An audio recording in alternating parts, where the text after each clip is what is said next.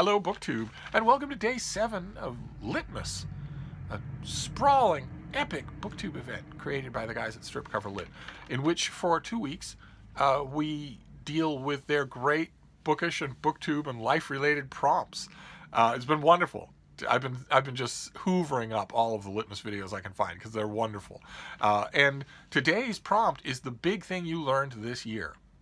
And like best quote and best book, it's impossible for me to narrow the learning of 1 year, of a whole year, to one thing. I make a point of keeping my antenna open for learning all kinds of things all the time. So once again, I'm going to cheat and give you 5 things in 5 different categories. 5 things I learned in 2019. The list is much longer than this, but these will do. These will do to start off. So the first one deals with BookTube, and it's going to sound trite. It's going to sound saccharine, but the thing I learned in 2019 about BookTube is that BookTube, we often talk, people talk in there in the BookTube newbie tags, they talk in offhand comments in other videos, they talk about how special BookTube is as a community, how it's nowhere near as mean, how it's welcoming and supportive and fun, and that it is all of these things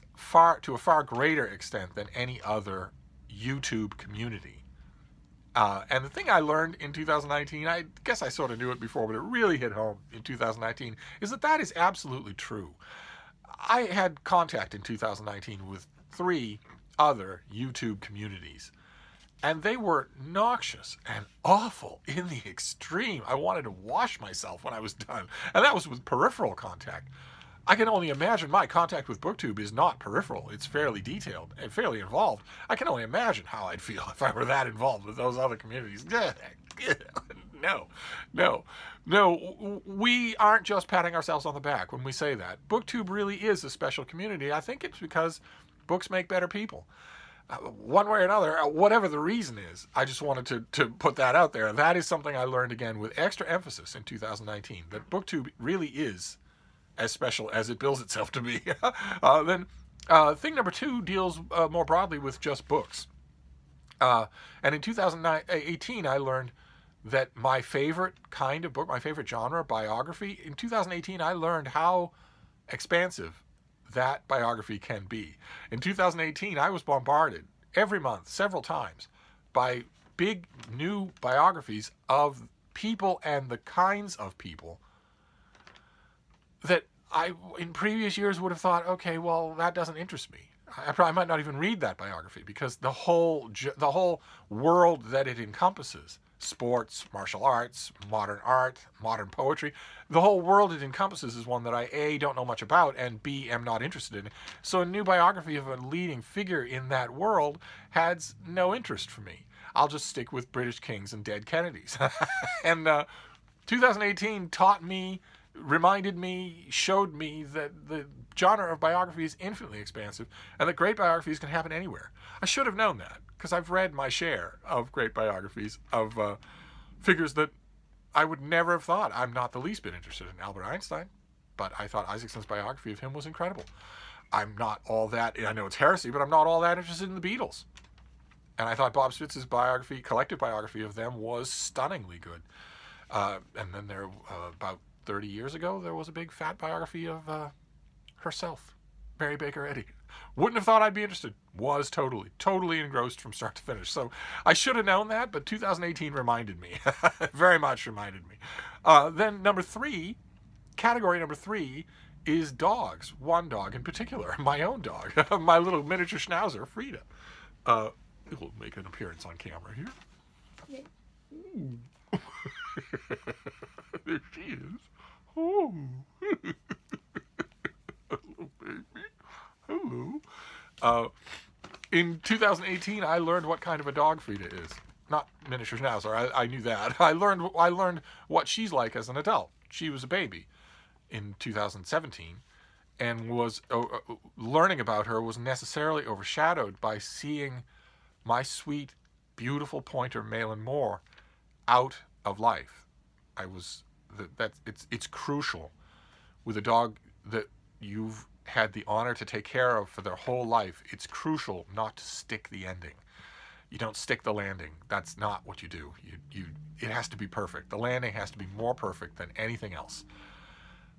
And that occupied all of my attention. I admit, a huge focus of my time, even though I had a little puppy in the place. The number one priority by far, overruling everything, not just dogs, but all of life, was not to stick the landing when it came to Malin. And so I didn't learn as much about Frida, and also there wasn't that much to learn because she was a puppy, and puppies are little mice. They're little balls of clay. But in 2018, I got to know the adult Frida. I got to know the dog that she is. And not just day to day, but also we took trips to Vermont. We took trips to Western Massachusetts. We went out and about all over. We encountered all sorts of dicey situations. And I'm sure that we will in the future, but these were the first times that I learned any of those things, that I saw her in any of those situations, and I very much liked what I saw. This is Malin and Lucy. My previous two dogs were wonderful, but they were special, with a capital S in italics. They each were in their own way. Malin was very high-strung, very nervous all the time, prone to nervous aggression around other dogs, and a little bit jerky around humans in how nervous she was. Happy, friendly, but nervous. And Lucy was Mary Todd Lincoln.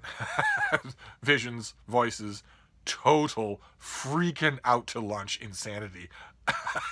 And those took accommodations. I adored them, of course. If you saw my videos back then, you know I adored my girls. But Frida does not seem to be special with a capital S in italics. She seems to be a wonderful, four-square, solidly adjusted, happy, friendly little dog. She actually reminds me of beagles.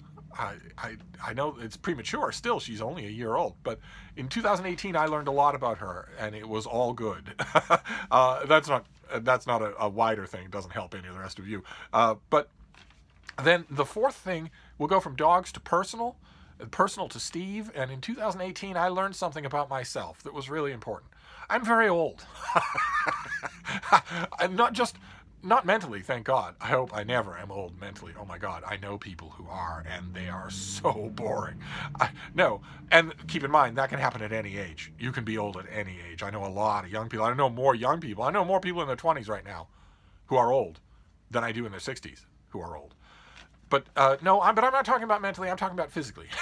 In 2018, I realized that I'm old physically. It was the first time that I ever realized it. In 2018, I realized that three things are true about me at all times, anytime. I am always hungry, I am always cold, and the music is always too loud. In other words, I'm old. And I don't know where this is going from here.